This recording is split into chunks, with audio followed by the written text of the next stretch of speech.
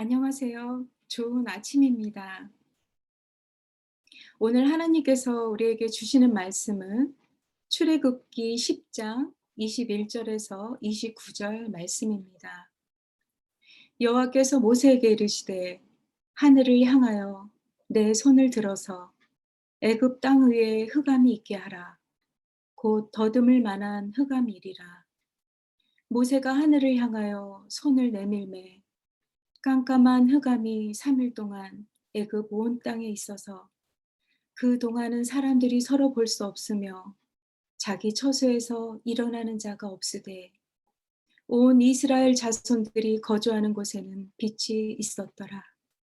바로가 모세를 불러서 이르되 너희는 가서 여호와를 섬기되 너희의 양과 소는 머물러 두고 너희 어린 것들은 너희와 함께 갈지니라.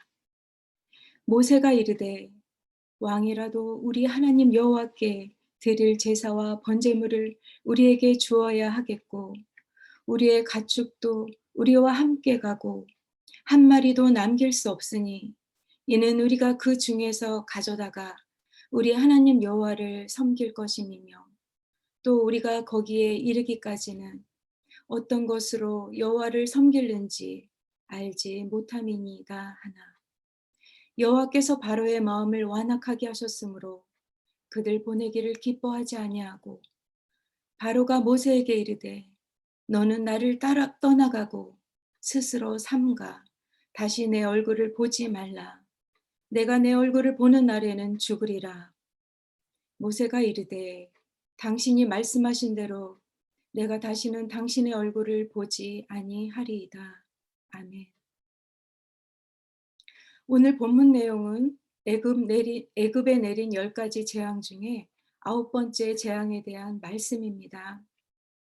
애굽 왕 바로가 이스라엘 백성들을 보내기를 거절하자 하나님께서는 애굽 온 천지를 3일 동안 흑암 재앙을 내리셨습니다. 하나님께서 애굽 땅에 내린 재앙을 통해 우리에게 무엇을 말씀하고자 하는지 그 진리를 발견하고 깨닫는 시간이 되기를 바랍니다. 그래서 다시 한번 우리가 믿는 하나님께서 온 우주를 주관하시는 분이심을 깨닫고 우리의 모든 삶 속에서 그분을 인정하고 고백하는 시간이 되기를 소망합니다. 본문 21절과 22절에 여호와께서 모세에게 하늘을 향하여 손을 들게 하자 애굽 온 땅에 흑암이 찾아왔습니다. 낮과 밤을 구분할 수 없을 만큼 캄캄한 흑암이 무려 3일 동안 애굽 온 땅을 덮었습니다. 하나님께서 내리신 이 흑암은 매일 밤 일상적으로 찾아오는 어두움과는 차원이 달랐던 아주 무서운 어둠입니다. 이 어둠은 하나님이 세상을 창조하시기 전 흑암으로 가득했던 광경을 떠올리게 하셨습니다. 왜 하나님은 애굽에 이런 흑암 재앙을 내리셨을까요? 이때 애굽 사람들에게 태양이 그들의 전능한 신으로 애굽의 운명을 쥐고 있다고 믿었습니다. 그리고 바로 왕을 태양신의 아들이라고 믿고 있었습니다. 그래서 하나님은 그들이 믿는 신의 허구성과 하나님만이 온 우주 가운데 가장 뛰어난 신이심을 나타내셨던 것입니다. 그러나 더 놀라운 것은 23절 이스라엘 백성이 거하는 고센 땅에는 여전히 광명의 빛이 비추고 있었다는 사실입니다. 같은 하늘 아래에 있는 애굽 땅이지만 고센 땅에는 하늘의 빛이 있었습니다.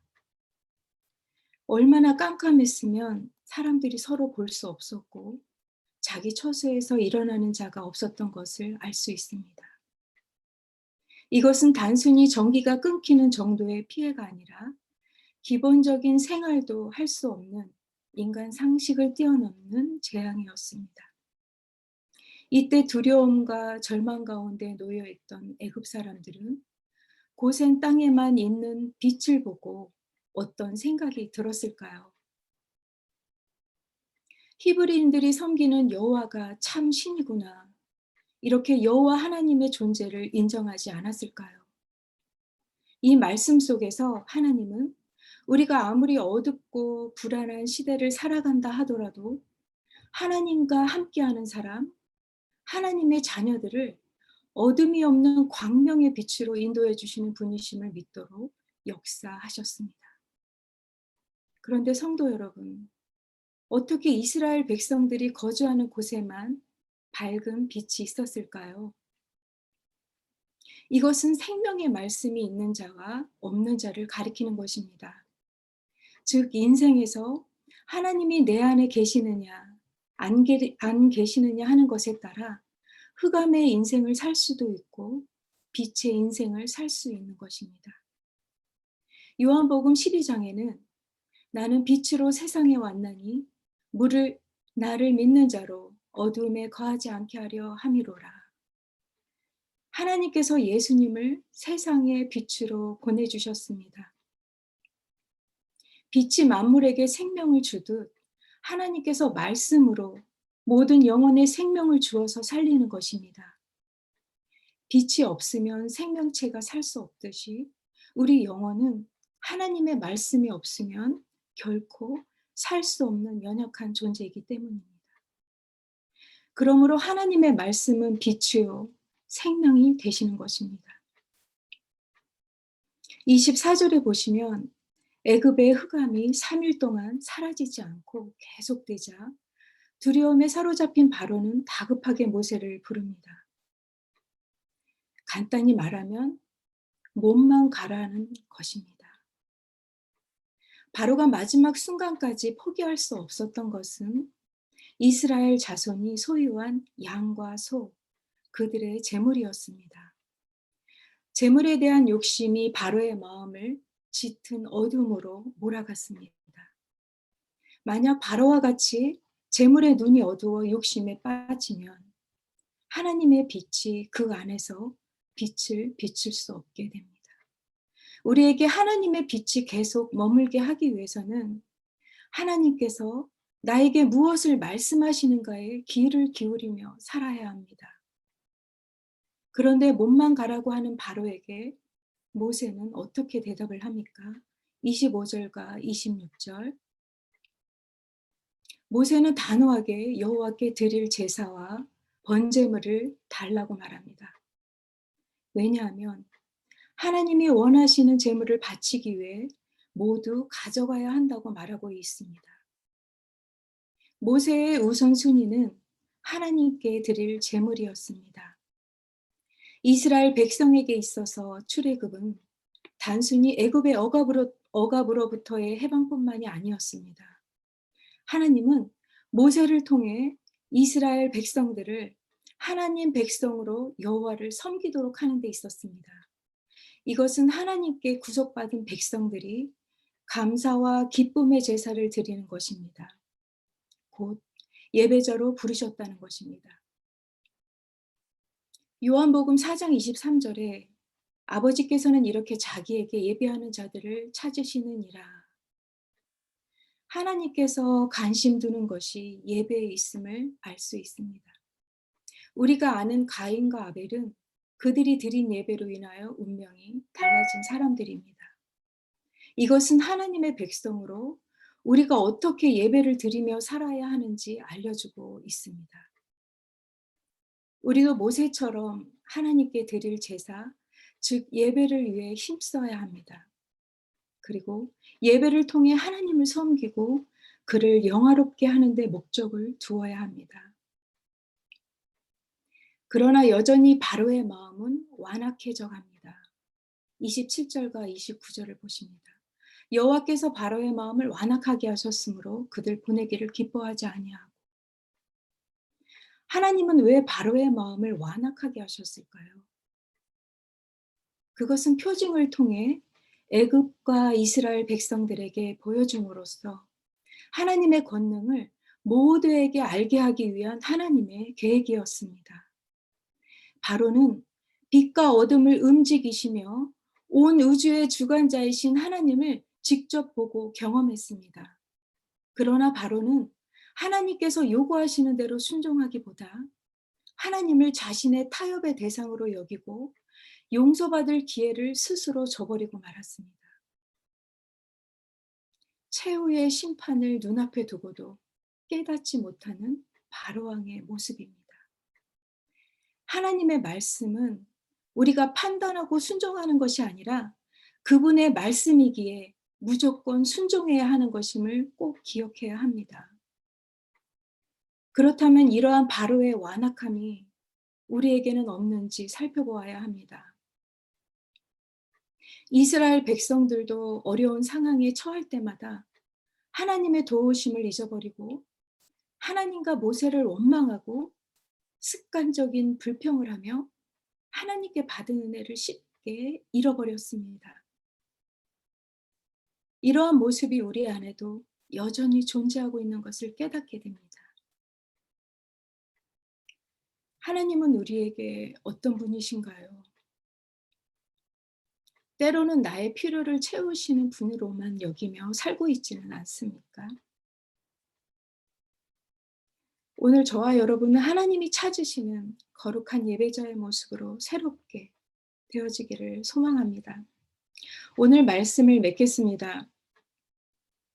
하나님은 흑암 재앙을 통해 생명의 근원은 하나님이시며 진정 섬겨야 할 대상은 태양이 아니라 여호와 하나님이시다라는 사실을 우리에게 깨우쳐 주셨습니다. 애굽에 내려진 10가지 재앙들은 이스라엘 백성들을 거짓 신을 예배하는 데에서 벗어나도록, 그래서 살아계신 여호와 하나님을 바라보고 나아오도록 이끌어 주셨습니다. 우리는 오직 하나님께만 온전한 예배를 드리도록 부르셨다는 사실을 기억해야 합니다. 요즘 코로나로 세계 도처에 예배당 문이 닫혀버렸습니다. 예배드리는 것조차 어려운 시기를 지나면서 평범한 일상이 특별해지고 교회 예배당이 그리운 것이 되어버렸습니다. 그러나 모든 만물을 주관하시고 통치하시는 하나님께서 이러한 코로나 시대에도 하나님의 백성들을 생명의 빛으로 인도해 주시고 어두운 세상이 빛이신 예수님 앞에 나오게 하실 것입니다. 그리고 혹여나 내 자신이 영적인 침체에 빠져들어가지 않도록 말씀을 더욱 붙잡고 기도해야 합니다. 지금도 코로나로 지쳐있고 어둠 속에 갇혀있는 영혼들에게 고센 땅에만 임했던 그 광명의 빛으로 나아오도록 인도하는 저와 여러분이 되시기를 소망합니다. 그리고 각 개인마다, 가정마다, 교회마다 예배가 회복되고 우리를 향하신 하나님의 뜻을 발견하는 예배자의 삶을 모두가 사시기를 바랍니다. 다 같이 기도하시겠습니다. 천지를 창조하시고 다스리시는 하나님을 찬양합니다. 우리가 섬겨야 할 분도 오직 여호와 하나님 한 분이심을 믿습니다. 하나님, 오늘 주신 말씀으로 우리 영혼의 성령의 기름 부으심으로 충만케 도와주시옵소서. 우리의 영혼을 깨우시고 말씀이 우리의 주인 되어 주심을 믿고 오늘도 어두운 세상을 비추며 하나님만을 예비하는 삶을 살게 도와주시옵소서. 이 모든 말씀 살아계신 예수 그리스도의 이름으로 기도합니다. 아멘. 이 시간에는 3가지 기도 제목을 가지고 함께 기도하는 시간을 갖겠습니다. 첫 번째로 오늘 하나님께서 각자에게 들려주시는 세밀한 음성을 우리에게 듣게 하셨습니다. 이 시간에 우리 안에 하나님이 기뻐하지 않는 것들을 내려놓고 하나님이 찾으시는 한 사람, 예배자의 삶을 살 수 있게 해달라고 간절히 기도했으면 좋겠습니다. 두 번째로는 우리 교회를 위해 기도해 주시기를 부탁드립니다. 하나님이 우리 교회를 위해 주신 비전, 예수 산책으로 말씀 공동체, 제자 공동체, 미셔널 공동체를 이루어가는 것입니다. 그리고 다음 세대를 위해서 함께 이 비전을 가지고 양육과 영적 성장을 위해 기도해 주시고 우리 교회 리더십을 위해 기도해 주십시오. 모든 성도들이 한 마음으로 하나님을 섬기고 교회를 섬기고 이웃을 섬기는 사랑의 공동체가 되도록 기도해 주시고, 앞으로 예배당에서 드려질 대면 예배를 위해 기도하며 준비 중에 있습니다. 이를 위해 온 성도가 은혜롭게 예배드릴 수 있도록 함께 기도해 주시기를 부탁드립니다. 특별히 우리 교회의 아픈 성도들을 위해 기도해 주세요. 항암 치료 중에 계신 김하철 목사님, 큰 수술을 앞두고 있는 은송이와 우리 교회 어르신들의 건강과 평안을 위해 코로나로 힘든 가정들을 회복시켜 달라고 기도해 주시길 바랍니다. 세 번째로 선교를 위해 기도해 주세요. 우리 교회가 하나님 나라를 위해 미셔널 처치, 미셔널 라이프로 세워지고 성장해 나아가도록 기도해 주시길 바랍니다. 다 같이 이 기도 제목을 가지고 한 마음으로 기도하시겠습니다.